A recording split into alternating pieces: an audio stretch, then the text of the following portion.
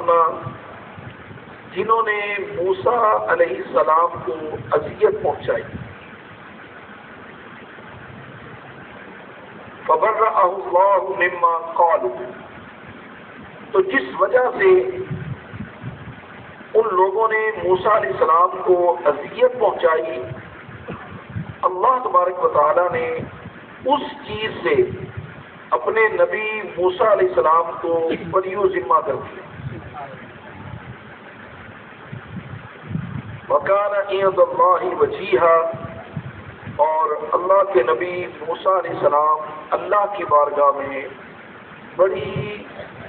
عزت اور شان و شوکت والے تھے. ان کا اللہ کی بارگاہ میں بڑا درجہ اور بڑا مقام تھا. اب جن لوگوں نے ان کو اذیت پہنچائی وہ تو عذاب کے مستحق ہوئے، لیکن اللہ نے اپنے نبی کو بری کر دیا، بری و ذمہ کر دیا. علماء کرام فرماتے ہیں، محدثین اور مفسرین، کہ ان لوگوں نے موسیٰ علیہ السلام کو کس طرح اذیت پہنچائی. ایک تو جیسے کفار مکہ نے نبی رحمت عاجل کائنات صلی اللہ علیہ وسلم کو معاذ اللہ اذیتیں پہنچاتے تھے، آپ کا انکار کرتے تھے، آپ کو جھٹلاتے تھے اعوذ باللہ. ایک تو اس طرح ان لوگوں نے موسیٰ علیہ السلام کو ان کی دعوت کو انکار کر کے، ان کی نافرمانی کر کے انہیں اذیت پہنچائی. اور دوسرا جیسے کفار مکہ نے نبی علیہ السلام پر تہمت باندھی اعوذ باللہ، انہوں نے کہا کہ اعوذ باللہ من ذالک، معاذ اللہ استغفر اللہ، کہ یہ جادوگر ہیں، یہ شاعرانہ کلام اپنی طرف سے گھڑتے ہیں اور ہم پر جھوٹ بولتے ہیں اعوذ باللہ کہ یہ اللہ کا کلام ہے اور مجھ پر اللہ کی طرف سے وحی ہوتی ہے. اسی طرح انہوں نے بھی موسیٰ علیہ السلام پر تہمتیں باندھی. تو اللہ فرماتے ہیں اب وہ لوگ موسیٰ علیہ السلام کو اذیت پہنچانے والے، ان کی نافرمانی کرنے والے، ان پر بہتان اور تہمتیں باندھنے والے تھے. حالانکہ اللہ کے نبی وہ تو معصوم تھے، وہ تو اللہ کا پیغام لے کر آئے تھے. فبرأہ اللہ مما قالوا، تو وہ جو کچھ بھی موسیٰ علیہ السلام کے بارے میں کہہ رہے تھے اللہ نے اپنے نبی کو اس سب سے بری و ذمہ کر دیا. ہمیں کہا گیا اے ایمان والو تم ان لوگوں کی طرح نہ ہونا کہ جنہوں نے موسیٰ علیہ السلام کو اذیت پہنچائی، کہیں تم بھی اپنے نبی کو اذیت پہنچانے والوں میں نہ ہونا. ایک تو اذیت پہنچانے کا معنی یہ ہے کہ معاذ اللہ کوئی نبی علیہ السلام پر بہتان باندھے، نبی علیہ السلام پر تہمت لگائے اعوذ باللہ. اور دوسرا اذیت پہنچانے کا معنی یہ ہے کہ ان کی نافرمانی کی جائے، نبی علیہ السلام کی اطاعت نہ کرنا، ان کے احکام کی پیروی نہ کرنا، یہ بھی اذیت پہنچانے کے معنی میں ہے. تو فرمایا کہ تم ان لوگوں میں سے نہ ہونا جنہوں نے نبی علیہ السلام پر معاذ اللہ بہتان باندھا، تہمت لگائی، یا رسول اللہ صلی اللہ علیہ وسلم کی نافرمانی کی اور ان کی اطاعت سے روح گردانی کی اور ان کی اطاعت کرنے سے منہ پھیرا، ان کے احکامات پر عمل پیرا ہونے کی بجائے معاذ اللہ شیطان کی پیروی کی اور حضور اسلام کی احکام کے مقابلے میں اور شریعت کے مقابلے میں اپنے نفس کو ترجیح دی اور اپنے نفس کی اتباع کی. اور اس طرح تم نبی علیہ السلام کو اذیت پہنچانے والوں میں شامل نہ ہو جانا. جیسے یہود نے موسیٰ علیہ السلام کو اذیت پہنچائی، کہیں ایسا نہ ہو کہ تم بھی معاذ اللہ کے رسول نبی آخر الزمان احمد مصطفیٰ جناب محمد مصطفیٰ صلی اللہ علیہ وسلم کو اذیت پہنچانے والے میں شامل ہو جاؤ، کہیں ایسا نہ ہو جانا. اور آگے فرمایا یا ایھا الذین آمنوا، اے ایمان والو اتقوا اللہ سے ڈرو، وقولوا قولا سدیدا، اور جب بھی بات کرو تو سیدھی بات کرو، لوگوں کو دھوکہ نہ دو، جھوٹی گواہی نہ دو، لوگوں پر بہتان نہ باندھو، بلکہ جب بھی بات کرو تو سیدھی اور سچی بات کرو۔ یصلح لکم اعمالکم، تو اس سچ بولنے کا اور سچ کا راستہ اختیار کرنے کا تمہیں سب سے بڑا فائدہ کیا ہوگا؟ اللہ فرماتے ہیں یصلح لکم اعمالکم، اللہ تمہارے اعمال کو سیدھا فرما دے گا، تمہارے اعمال کی اصلاح کر دے گا۔ حضرات، سچ بولنے کا نتیجہ یہ نہیں ہے کہ ہم زیادہ مالدار ہو جائیں گے۔ جھوٹ بولنے والا آج سوچتا ہے کہ میں نے جھوٹ بولا اور نفع حاصل کر دیا، اور سچ بولنے والا یہ سمجھتا ہے کہ مجھے سچ بولنے سے کیا ملا۔ بعض اوقات سچ بولنے کی وجہ سے انسان پر تنگی اور مصیبت آ جاتی ہے، بعض اوقات سچ کا راستہ اختیار کرنے سے انسان پر مشکلات آ جاتی ہیں۔ انسان سوچتا ہے اپنی کم عقلی کی وجہ سے کہ مجھے تو سچ کی راہ پر چلنے میں رکاوٹیں پہنچ رہی ہیں، اگر میں بھی دوسروں کی طرح جھوٹ کا راستہ اختیار کرتا تو مجھے پاس بھی مال و دولت کی کثرت ہوتی اور میرے لیے بھی آسانیاں ہو جاتی۔ تو اللہ فرماتے ہیں کہ سچ کا سب سے بڑا تمہیں فائدہ کیا ہوگا کہ یصلح لکم اعمالکم، اللہ تمہارے اعمال کو درست کر دے گا، وَيَغْفِرْ لَكُمْ ذُنُوبَكُمْ، اور جو تم سے غلطیاں سرزد ہوں گی اللہ تمہارے گناہوں کو معاف کر دے گا۔ وَمَن يُطِعِ اللَّهَ وَرَسُولَهُ، اور یاد رکھو جو اللہ اور اس کے رسول کی اطاعت کرتا ہے فَقَدْ فَازَ فَوْزًا عَظِيمًا، تو بے شک وہ بڑا کامیاب ہوتا ہے، وہ بڑی کامیابی حاصل کرتا ہے۔ سب سے بڑی کامیابی اللہ اور اس کے رسول کی اطاعت کرنا ہے۔ حضرات یاد رکھیے، عقل مند اور جاہل اس میں کیا فرق ہوتا ہے؟ عقل مند وہ ہے جو اللہ اور اس کے رسول کی اطاعت کرنے والا، اور جو اللہ اور اس کے رسول کی معاذ اللہ نافرمانی کرتا ہے، وہ کتنا بڑا دنیا دار ہو، وہ دنیا کے کسی بڑے سے بڑے عہدے پر بیٹھا ہوا ہو، یاد رکھیے وہ عقل مند نہیں ہوتا۔ عقل کا تقاضا اور عقل کا پیمانہ عزت، شہرت اور دولت کے ساتھ نہیں کیا جائے گا، بلکہ عقل کا تقاضا یہ ہے کہ وَمَن يُطِعِ اللَّهَ وَرَسُولَهُ، وہ اللہ اور اس کے رسول کی اطاعت کرنے والا ہو۔ جو اللہ اور اس کے رسول کی اطاعت کرنے والا نہیں ہے، جس نے اللہ اور اس کے رسول کی اطاعت کا راستہ اختیار نہیں کیا، وہ نادان، وہ کم عقل ہے، وہ جاہل ہے، اور عقل مند وہ ہے جو خدا اور رسول کی اطاعت کرتا ہے۔ فَقَدْ فَازَ فَوْزًا عَظِيمًا، اور اللہ فرماتے ہیں جو اللہ اور اس کے رسول کی اطاعت کرتا ہے تو وہ بڑی کامیابی حاصل کرتا ہے۔ إِنَّا عَرَضْنَا الْأَمَانَةَ، فرمایا کہ بے شک ہم نے اپنی امانت کو پیش فرمایا، عَلَى السَّمَاوَاتِ، تمام آسمانوں پر، وَالْأَرْضِ، اور زمینوں پر، وَالْجِبَالِ، اور پہاڑوں پر، فَأَبَيْنَا أَن يَحْمِلْنَهَا، تو انہوں نے اس امانت کو اٹھانے سے، اس کی ذمہ داری لینے سے انکار کر دیا، وَأَشْفَقْنَ مِنْهَا، اور وہ اسے ڈر گئے۔ کس سے ڈر گئے؟ اللہ کے عذاب سے، کہ اگر ہم نے یہ امانت اٹھا لی، ظاہر ہے جب کوئی کسی کی امانت رکھتا ہے تو پھر اس کی حفاظت کا ذمہ بھی آتا ہے۔ مفسرین کرام فرماتے ہیں کہ اللہ تبارک و تعالیٰ نے آسمانوں اور زمین کو اور تمام پہاڑوں کو یہ اختیار دیا تھا، اور ان کے سامنے اپنی امانت کو رکھا، چاہیں تو اٹھا لیں، چاہیں تو نہ اٹھائیں، اور ان کے سامنے یہ بات بھی رکھی کہ اگر اٹھائیں گے اور امانت کی حفاظت کریں گے، اپنی ذمہ داری کو پورا کریں گے، تو اللہ تبارک و تعالیٰ انہیں اجر اور انعام اور جنت عطا کرے گا۔ لیکن اگر انہوں نے امانت اٹھا کر اس میں کوتاہی برتی، امانت کی حفاظت نہ کی اور ذمہ داری پوری نہ کی اور ذمہ داری نہ نبھائی تو ان کے لیے عذاب ہے۔ اب ان کو اختیار دے دیا، ذمہ داری نبھانے پر اجر اور کوتاہی برتنے پر عذاب کی وعید بھی دے دی، اور ساتھ ہی اس بات کا اختیار بھی دے دیا کہ تم چاہو تو اس کا انکار بھی کر سکتے ہو۔ تو زمین اور آسمان ڈر گئے کہ اگر ہم نے اٹھا لیا تو کہیں ہم سے کوتاہی نہ ہو جائے،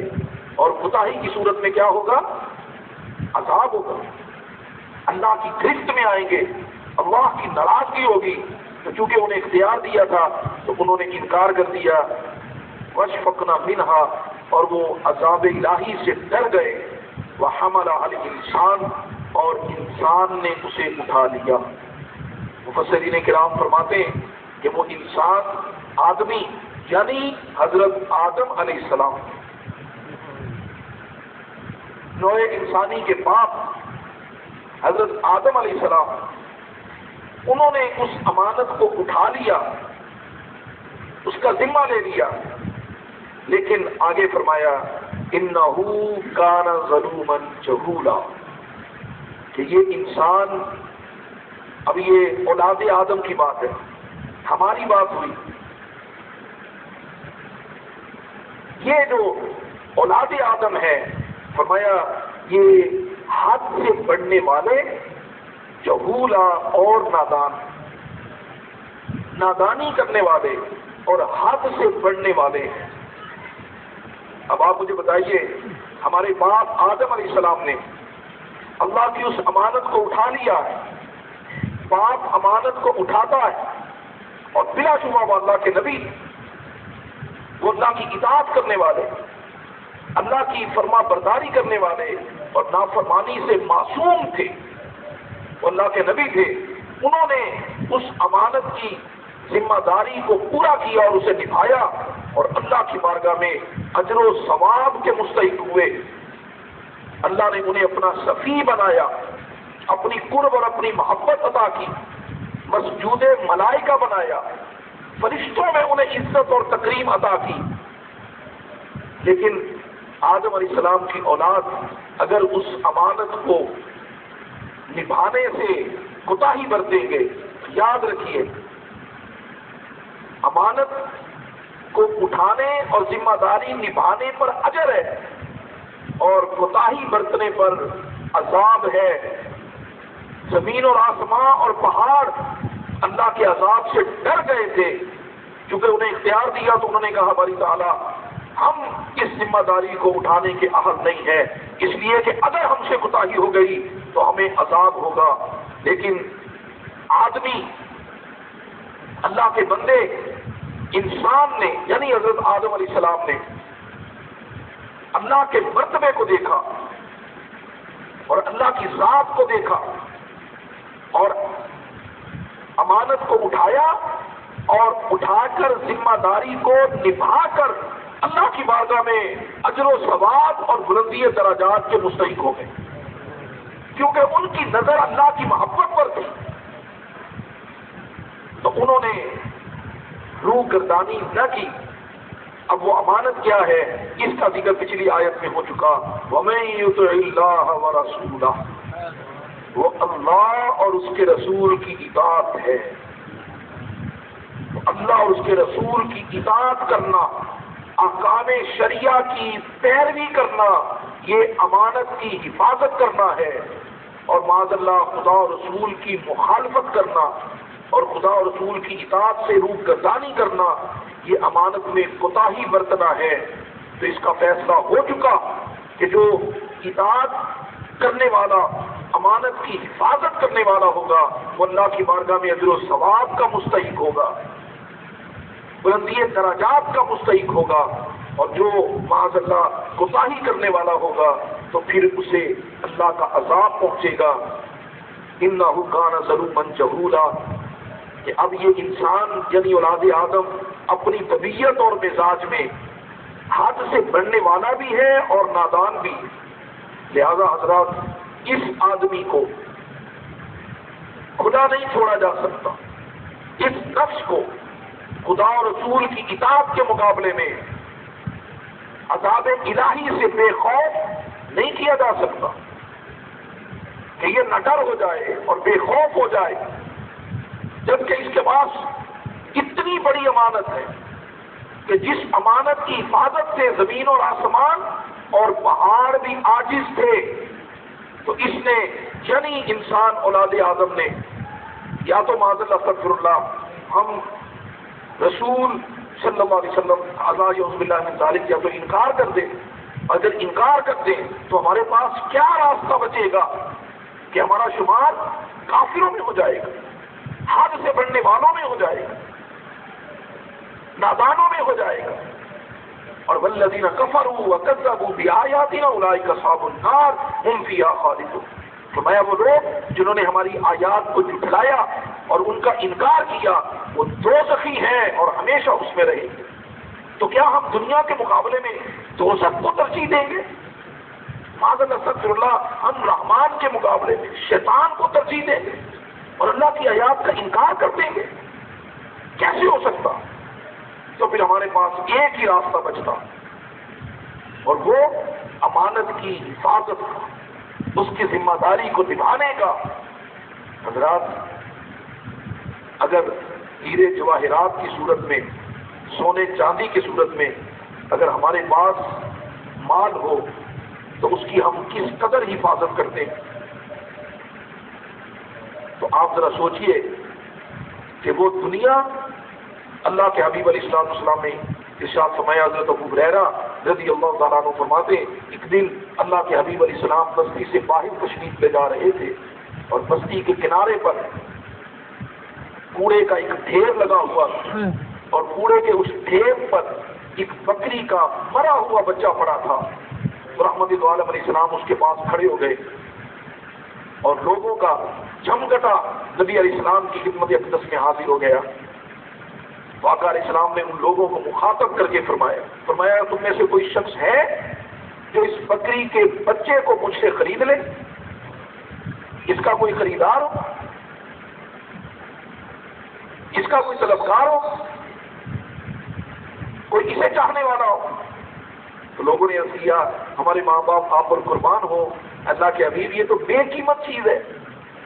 جو بے قیمت ہے اسے کون خریدے گا؟ یہ تو مرا ہوا کوڑے کے ڈھیر پر پڑا ہوا، اب اسے کون اٹھائے گا اور کون اسے خریدے گا؟ اس کا تو کوئی خریدار نہیں ہے کیونکہ یہ بے قیمت ہے، بے قیمت چیز کو کوئی نہیں خریدتا۔ تو اللہ کے حبیب علیہ السلام نے فرمایا جیسے تمہاری نظر میں یہ بکری کا مرا ہوا بچہ بے قیمت ہے، اللہ اور اس کے رسول کی نظر میں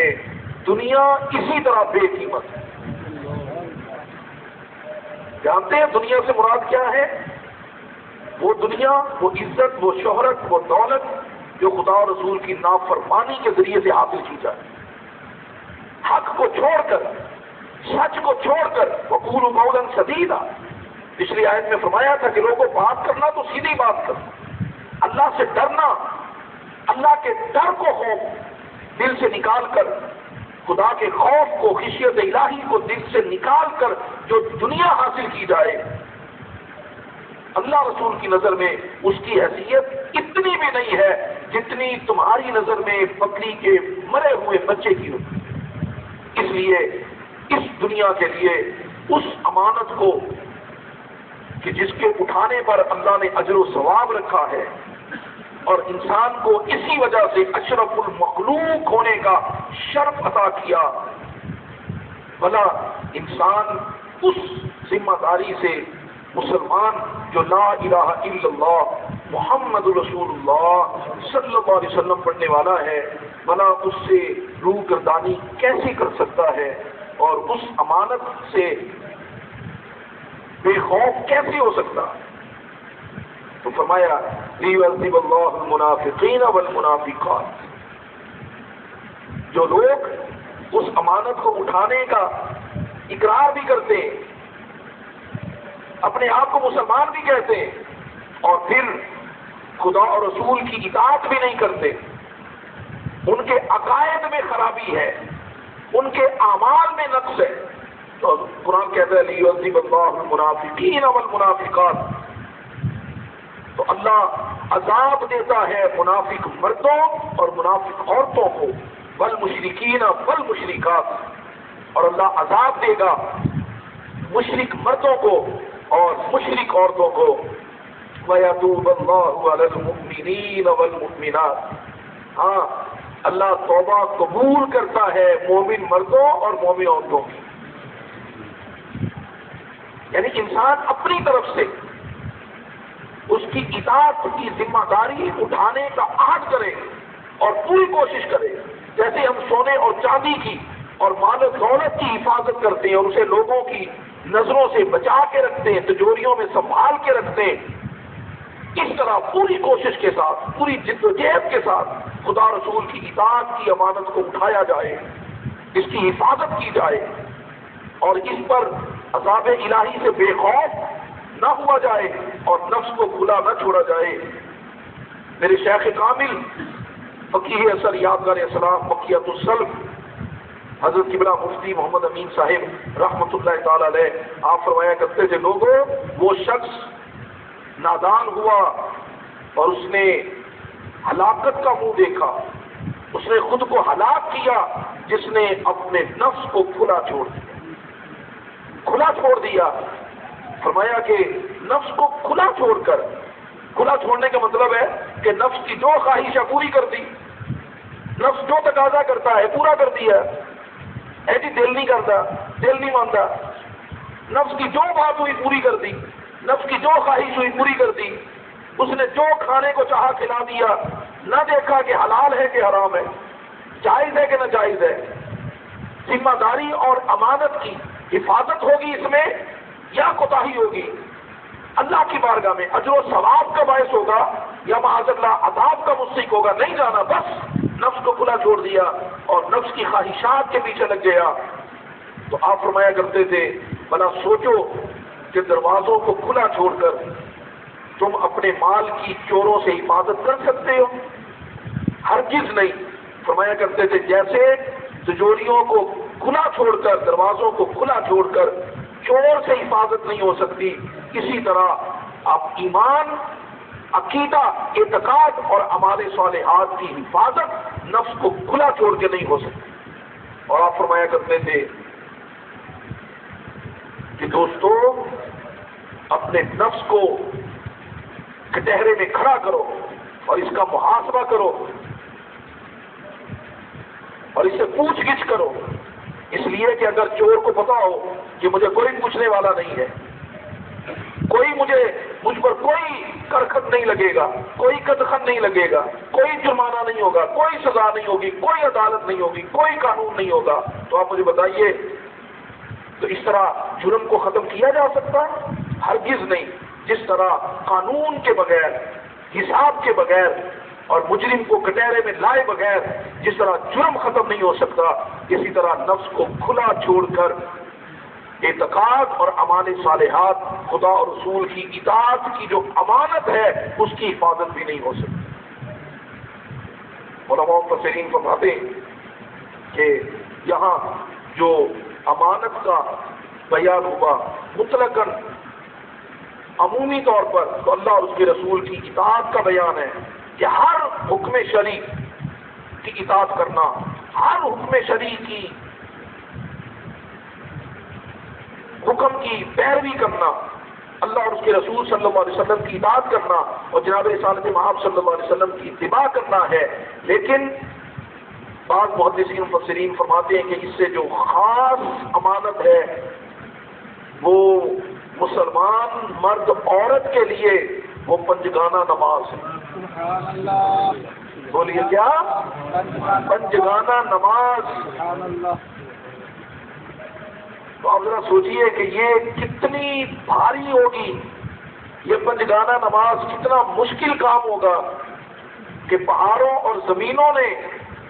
اور آسمان نے اس کی ذمہ داری اٹھانے سے انکار کر دیا، لیکن اللہ کے بندے آدم علیہ السلام نے اللہ کی محبت میں عہد کر لیا اور اس ذمہ داری کو اٹھانے کا وعدہ کر لیا۔ اگر ہم نبیوں کے ماننے والے اور الحمدللہ ثم الحمدللہ امام الانبیاء، سرور انبیاء، تاجدار انبیاء، سالار انبیاء، آخری نبی آخر الزمان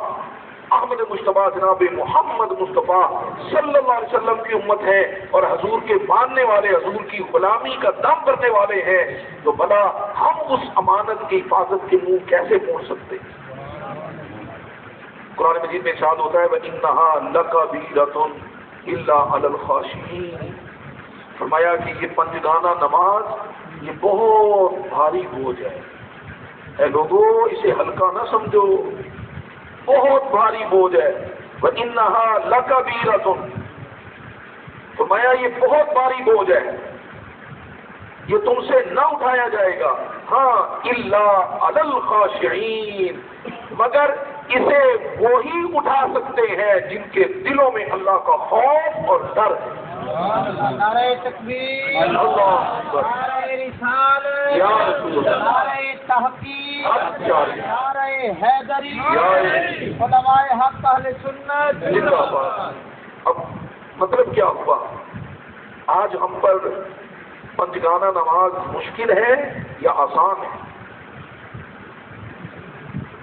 اگر مشکل ہے تو پھر یاد رکھیے دلوں میں اللہ کا خوف اور خشیت نہیں ہے، دل بے خوف ہو چکے، اور جب دل میں خوف آتا ہے، اللہ کی خشیت آتی ہے، بندہ عذاب الہی سے اور اس کے حضور کھڑے ہونے سے ڈر جاتا ہے، تو قرآن کہتا ہے کہ اس کے لیے نماز آسان ہو جاتی ہے اور ہلکی ہو جاتی ہے،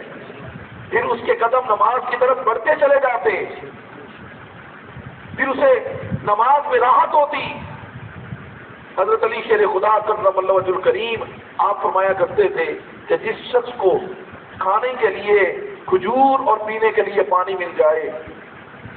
تو پھر کون سی شے ہے جو اسے روکتی ہے اللہ کے حضور کھڑے ہونے سے؟ یعنی اللہ کی نعمتیں بس دو ہی مل جائے، اس لیے کہ زندگی کا بقا، زندگی کی بقا کھانے سے حاصل ہو جائے اور پینے سے حاصل ہو جائے، تو پھر جب یہ زندگی باقی ہے تو پھر انسان کو کون سی چیز ہے جو اللہ کے حضور کھڑے ہونے سے روکتی ہے؟ حضرات ایک ہی شے ہے کہ دل یاد الہی سے، حساب الہی سے اور عذاب الہی سے بے خوف ہو جائے، اور جب دل بے خوف ہوتا ہے تو پھر امانت اتنی بھاری ہو جائے گی کہ اس کے نبھانے کی ہم میں ہمت اور سکت نہیں ہوگی، اور اگر دل اس کی بارگاہ میں ڈرنے والا ہو، متقی ہو، اس کا ڈر، اس کے حضور کھڑے ہونے کا ڈر دل میں آ جائے تو پھر یہ امانت یہ آسان ہو جائے گی اور قدم خود بخود اٹھتے چلے جائیں گے۔ آج آپ حضرات کے سامنے نماز جو پنجگانہ نماز ہے اس کا مسنون طریقہ کہ اللہ کے حبیب علیہ الصلوۃ والسلام نماز کو کیسے ادا فرماتے تھے۔ حضرت وائل بن جوہر رضی اللہ تعالی عنہ آپ فرماتے ہیں، حضرت امام اعظم ابو حنیفہ رحمہ اللہ نے اس حدیث مبارکہ کو نقل کیا کہ اللہ کے حبیب علیہ الصلوۃ والسلام کو میں نے دیکھا، عن وائل انہ عن نبی صلی اللہ علیہ وسلم یرفع یدیہ فی الصلاۃ حتی یحاذی شحمۃ اذنیہ۔ حضرت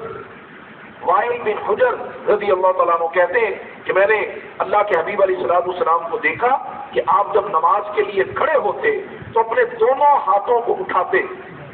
اتنا اٹھاتے کہ جو آپ کے ہاتھ مبارک ہیں یعنی انگوٹھے ہیں وہ کانوں کی لو کے ساتھ مس ہو جاتے، شحمۃ اذنیہ، دونوں کانوں کے ساتھ مس ہو جاتے، اتنا اپنے ہاتھوں کو اٹھاتے۔ اور حضرت علی شیر خدا کرم اللہ وجہ الکریم سے ابن ابی شیبہ، یہ حضرت ابن ابی شیبہ امام بخاری کے استاد ہیں، اور حضرت ابو داؤد، امام ابو داؤد شریف میں اور سنن کبریٰ میں، سنن دارقطنی میں حدیث ہے۔ حضرت علی شیر خدا کرم اللہ وجہ الکریم سے مروی ہے، اور ان ابی جحیفہ رضی اللہ تعالی عنہ ان علی رضی اللہ تعالی عنہ قال السنۃ وضع الکف علی الکف تحت السرہ۔ حضرت علی رضی اللہ تعالیٰ عنہ سے روایت ہے، حضرت جو حیفہ رضی اللہ تعالیٰ عنہ فرماتے ہیں کہ حضرت علی رضی اللہ تعالیٰ عنہ نے فرمایا کہ اللہ کے حبیب علیہ السلام کی یہ سنت ہے کہ نبی علیہ السلام جب نماز کے لیے کھڑے ہوتے تو آقا علیہ السلام اپنے ہاتھ کو ہاتھ کے اوپر رکھتے. یہ ہاتھ کو کونی کے اوپر رکھنا یہ خلاف سنت ہے. ابن ابی شیبہ میں اور حضرت ابو داؤد کی روایت سنن کبریٰ میں حدیث موجود ہے. حضرت ملا علی قاری نے اس کی تصریح فرمائی کہ حضرت علی رضی اللہ عنہ کہتے ہیں کہ قال سنت یہ ہے کہ وضع الکف علی الکف، ہاتھ کو ہاتھ کے اوپر رکھنا، اور تحت السرہ ناف کے نیچے ہاتھ باندھنا، یہ اللہ کے حبیب علیہ السلام کی سنت ہے. تو اب پہلی سنت کیا ہوئی کہ جب ہاتھ اٹھائیں تو انگوٹھے کانوں کی لو کے ساتھ مس ہو اور ہاتھ کو ہاتھ کے اوپر رکھا جائے اور ناف کے نیچے باندھنا. کتاب الآثار کے اندر امام اعظم ابو حنیفہ، اور یاد رکھیے کہ امام اعظم ابو حنیفہ وہ تابعی بزرگ ہیں کہ جنہوں نے براہ راست صحابہ کرام رضوان اللہ علیہ مجمعین سے علم حاصل کیا. جب امام اعظم کسی حدیث کو بیان کرتے تو امام اعظم کے درمیان اور جناب رسالت مآب صلی اللہ علیہ وسلم کی ذات اطہر کے درمیان 2 یا 3 راوی ہوتے ہیں. آپ مجھے بتائیے، امام اعظم ابو حنیفہ نے یا تو حدیث لی تابعی سے، اور تابعی نے حدیث لی صحابی سے، اور صحابی رضی اللہ عنہ نے حدیث لی نبی علیہ السلام سے. تو امام اعظم اور نبی علیہ السلام کے درمیان 2 راوی ہوئے. اور کبھی امام اعظم رضی اللہ عنہ حدیث لیتے ہیں صحابی سے تو وہ صحابی ہیں، انہوں نے حدیث لی نبی علیہ السلام سے. تو لغت حدیث میں جو آپ ایک لفظ سنتے ہیں ضعیف، یہ ضعف اور ضعیف اس وجہ سے حدیث کو کہا جاتا ہے کہ وہ جو روایت کرنے والے ہوتے ہیں ان میں شک ہوتا ہے، یا تو کسی کا نام سند میں گم ہوتا ہے. زید نے عمر سے سنا، عمر نے خالد سے سنا، اور خالد کو بھول گیا کہ میں نے کس سے سنا تھا، تو اس وجہ سے حدیث ضعیف ہو جائے گی. یا زید نے عمر سے سنا، عمر نے بکر سے سنا، بکر نے خالد سے سنا، اور خالد نے کسی اور سے سنا، اور جس سے اس نے سنا اس کے بارے میں شک ہے کہ یہ آدمی تو جھوٹ بھی بولتا تھا. اس آدمی کے بارے میں پکا کہ یہ ہمیشہ سچ بولنے والا ہے.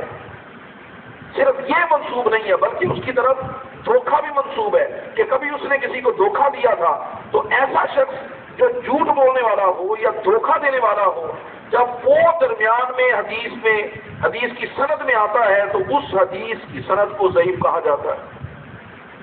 امام بخاری رحمہ اللہ اور امام مسلم رحمہ اللہ، آپ نے جو احادیث بیان کی بخاری شریف میں اور مسلم شریف میں، یا دیگر محدثین نے جو سیاستہ کے محدثین ہیں انہوں نے جو حدیث بیان کی، ان کے درمیان اور آقا علیہ السلام کے درمیان کبھی 8 راوی ہیں، کبھی 10 راوی ہیں، کیونکہ وہ زمانہ نبی علیہ السلام کے زمانہ اقدس سے 200 سال کے فاصلے پر ہے، اور اس وقت تک 7 سے 10 راوی درمیان میں آ چکے، اور پھر کسی شخص کے بارے میں ذوق پیدا ہوا تو اس حدیث کو ضعیف کہتے ہیں. لیکن امام اعظم ابو حنیفہ رحمہ اللہ وہ محدث ہے اور اس زمانے کے محدث ہیں کہ ابھی ذوق پیدا ہی نہیں ہوا. اس لیے امام اعظم ابو حنیفہ کی کسی حدیث میں ذوق نہیں ہے، اس لیے کہ درمیان میں یا تو تابعی اور صحابی ہیں، اور یا درمیان میں صرف صحابی ہے. تو اس لیے ان کی روایتیں ذوق سے اور ضعیف ہونے سے پاک ہیں. اور امام اعظم ابو حنیفہ رحمہ اللہ، آپ نے حدیث کو کتاب الآثار کے اندر بیان کیا کہ حضرت وائل بن حجر رضی اللہ تعالیٰ عنہ فرماتے ہیں ران نبی صلی اللہ علیہ وسلم رفع یدیہ حین دخل فی الصلاۃ، نبی علیہ السلام جب نماز شروع کرتے تو اپنے ہاتھوں کو اٹھاتے. وکبر، اور نبی علیہ السلام تکبیر کہتے، وصفا خیال اذنین، اور اس حدیث مبارکہ میں ہے کہ نبی علیہ السلام اپنے ہاتھوں کو کانوں کے برابر کر لیتے، ثم التفظ بصوبه ثم وضع یمنا علی الیسرا، اور نبی علیہ السلام کپڑے کے نیچے، کپڑے سے مراد تہمت ہے کہ جدھر نبی علیہ السلام تہمت باندھتے، اور حضور علیہ السلام تہمت کہاں باندھتے؟ ناف پر، کیونکہ مرد کے لیے ناف سے لے کر گھٹنے تک کا جو حصہ ہے اس کا چھپانا فرض ہے۔ تو اللہ کے حبیب علیہ السلام جدھر اپنا کپڑا باندھتے ادھر اپنا ہاتھ مبارک رکھتے، اور اس طرح کہ وضع یمنا علی الیسرا، دایاں ہاتھ بائیں ہاتھ کے اوپر رکھتے، اور جدھر نبی علیہ السلام اپنا کپڑا یعنی تہمت باندھتے تو حضور ادھر ہاتھ رکھ لیتے۔ تو اس سے یہ پتا چلا کہ جب نماز شروع کی جائے تو کانوں کو کی لو تک ہاتھوں کو اٹھانا اور ہاتھوں کو ناف کے نیچے باندھنا، یہ نبی علیہ السلام کی سنت ہے۔ اور اس سے آگے چلیے، حضرت عبداللہ ابن مسعود رضی اللہ عنہ سے حضرت علقمہ فرماتے ہیں کہ ہم ایک جماعت تابعین اور صحابہ کی بیٹھی ہوئی تھی، یہ حدیث مبارکہ ترمذی شریف میں امام ترمذی نے، امام نسائی میں، امام ابو داؤد شریف میں، اور یہ تینوں کتابیں سیاستہ کی ہیں۔ حدیث کی سب سے معتبر جو 6 کتابیں ہیں یہ ان میں سے 3 کتابیں، اور اس میں یہ حدیث مبارکہ موجود ہے۔ حضرت علقمہ کہتے ہیں کہ حضرت عبداللہ بن مسعود تشریف لائے، جبکہ صحابہ اور تابعین کی جماعت بیٹھی ہوئی تھی، تو الا اصلی بکم صلاۃ رسول اللہ، تو انہوں نے کہا کہ اے لوگوں، کیا میں تمہیں ایسی نماز پڑھ کے نہ دکھاؤں جیسی رسول اللہ صلی اللہ علیہ وسلم نماز پڑھتے تھے؟ تو لوگوں نے کہا جی حضور آپ بالکل پڑھ کے دکھائیے۔ تو فصلا، آپ نے نماز پڑھی۔ حضرت علقمہ کہتے ہیں ہم دیکھ رہے تھے، فلم یرفع یدیہ الا فی اول مرہ، تو انہوں نے صرف نماز کے شروع میں ہاتھ اٹھائے، تکبیر کہی اللہ اکبر، اور اس کے بعد پوری نماز میں کسی رکن پر انہوں نے ہاتھ نہیں اٹھائے۔ اس کا مطلب کیا ہے؟ اس کا مطلب یہ ہے کہ وہ احادیث جن میں رکوع میں جاتے ہوئے یا سجدے میں جاتے ہوئے رفع یدین کا ذکر ہے، وہ احادیث اول زمانہ کی ہے، اور حضرت عبداللہ بن مسعود رضی اللہ عنہ چونکہ نبی علیہ السلام کے دنیا سے پردہ فرمانے کے بعد صحابی رسول ہے، اور تابعین کی جماعت کو نماز پڑھ کے دکھا رہے ہیں، تو اس پر آپ رفع یدین نہیں فرما رہے۔ تو اس کا مطلب یہ ہے کہ اللہ کے حبیب علیہ السلام پہلے رفع یدین فرماتے تھے اور بعد میں منع کر دیا۔ تو اب جس طرح نماز کے اندر احادیث میں موجود ہے کہ صحابہ کرام سلام بھی کرتے تھے اور کلام بھی کرتے تھے، اگر کوئی شخص صاحب سے آتا تو نمازی پر سلام کرتا، تو نمازی حالت نماز میں اس کا سلام سنتا اور اس کا جواب دیتا، اور پھر اسے نماز پڑھنے کا کہتا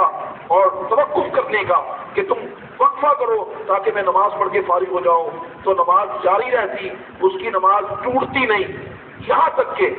قوموا للہ قانتین حکم آ گیا تو انہیں کلام کرنے سے اور سلام کرنے سے منع کر دیا۔ اگر آج کوئی شخص اس حدیث کو مد نظر رکھے اور کہے کہ جیب کے اندر موبائل ہے اور دوران نماز موبائل کی بیل بجی اور وہ موبائل کو جیب سے نکالتا ہے، سلام لیتا ہے اور کہتا ہے کہ میں نماز میں ہوں لہذا بعد میں کلام کرتا ہوں، دوبارہ موبائل جیب میں ڈال لے، تو کہتا ہے نماز نہیں ٹوٹتی، کیوں؟ حدیث میں موجود ہے۔ تو آپ کیا کہیں گے؟ آپ کہیں گے بھائی وہ حدیث پہلے کی ہے جس میں سلام کلام کا ذکر تھا، لیکن جس میں منع ہو گیا، صحابہ کرام فرماتے ہیں کہ ہم سلام کلام کر لیا کرتے تھے، یہاں تک کہ اللہ کے حبیب ایک دن تشریف لائے اور ایک شخص نماز پڑھ رہا تھا اور اسے کسی نے سلام کیا، اس نے حالت نماز میں سلام کا جواب دے دیا، تو نبی علیہ السلام نے فرمایا کہ تم پہلے سلام کا جواب نماز میں دیتے تھے؟ لوگوں نے کہا جی حضور۔ آپ نے فرمایا آج کے بعد اللہ نے منع کر دیا۔ جب منع کا حکم آ گیا تو اب اس بات یعنی کرنے والی حدیث پر عمل کیا جائے گا یا منع والی؟ منع والی۔ اس لیے اب سنیے، مسند امام احمد کی روایت ہے، انہ علیہ السلام داخل المسجد، اللہ کے حبیب علیہ السلام مسجد میں داخل ہوئے، فابصر قوما، تو نبی علیہ السلام نے ایک جماعت کو دیکھا، قد رفعوا ایدیہم، تو وہ اپنے ہاتھوں کو اٹھا رہے تھے، فقال،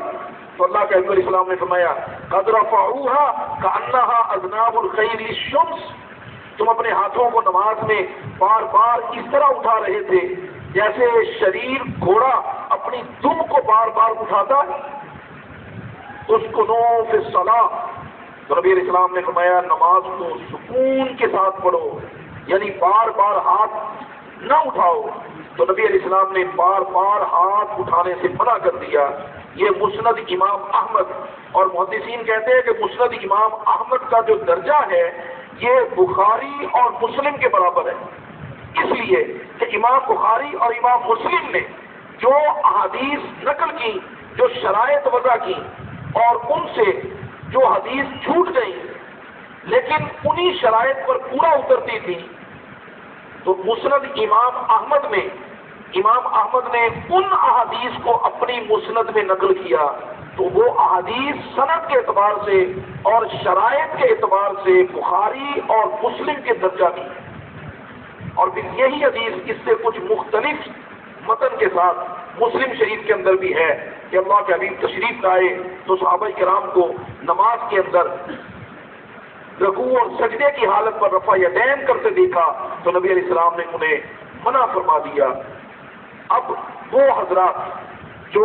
رکوع یا سجدے کے وقت میں رفع یدین کرتے ہیں، ان پر لازم ہے کہ یا تو حدیث سے ثابت کریں کہ رفع یدین کرنے کا حکم بعد کا ہے اور منع کا حکم پہلے کا ہے، یعنی پہلے نبی علیہ السلام نے منع کیا اور بعد میں نبی علیہ السلام نے رفع یدین کرنے کا حکم دیا، پھر تو درست ہے اور یہ حدیث میں دکھانا ہوگا۔ لیکن اگر وہ یہ ثابت نہ کر سکے تو پھر ماننا ہوگا کہ اس بات کا کرنے کا حکم پہلے ہے اور منع کا بعد میں، اس لیے امام المحدثین تمام ائمہ اس اصول حدیث پر متفق ہے کہ پہلے اس بات ہوتا ہے اور بعد میں منع کا حکم آتا ہے۔ غیر مقلدین کے بھی بہت بڑے محدث علامہ وحید الزمان اپنی کتاب لغات الحدیث کے اندر بیان کرتے ہیں کہ کل شیء لک مطلق، ہر چیز جو ہے وہ اپنے اطلاق پر ہوتی ہے، یعنی اس کے اس بات کے لیے حکم کا ہونا ضروری نہیں ہوتا، حکم آ جائے فبہا، نہ ہو تب بھی اپنے اطلاق پر ہوتی ہے، حتی یرد فیہ النہی، یہاں تک کہ منع کا حکم آ جائے۔ جب منع کا حکم آ جائے تو پھر اس بات والی حدیث پر عمل نہیں کیا جاتا۔ حضرات، جس طرح امت متفق ہو گئی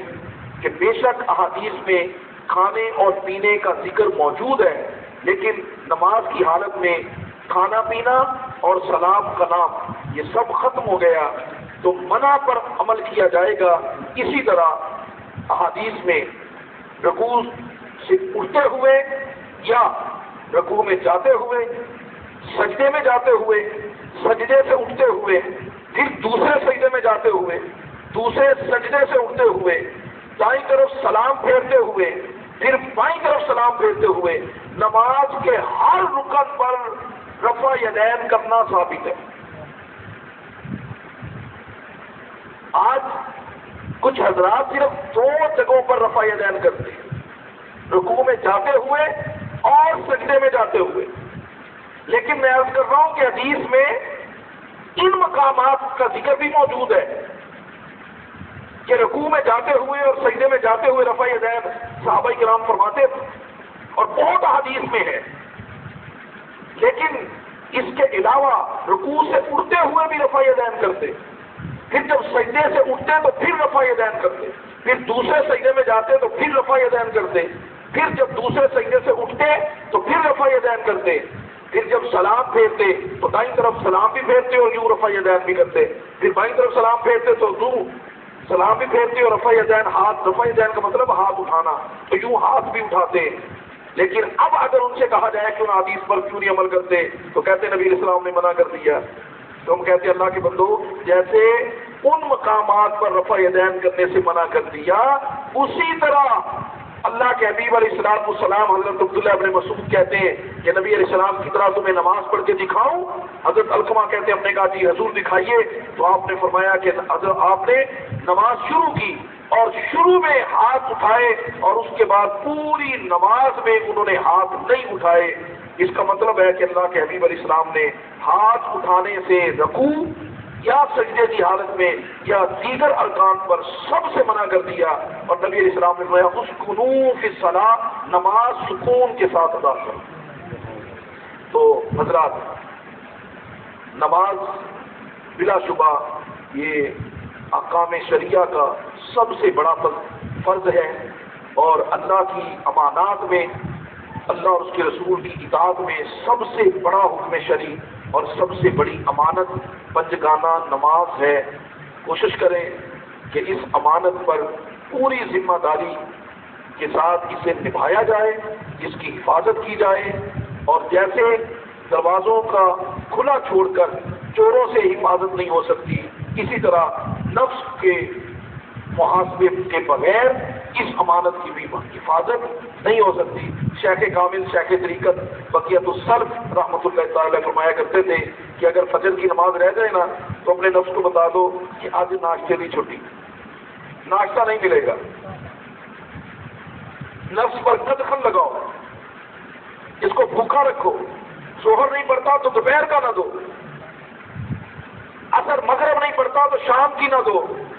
آپ نے فرمایا دیکھنا 3 دن نہیں گزریں گے یہ تمہیں پہلے نماز پڑھائے گا پھر کہے گا کھانا کھواؤ،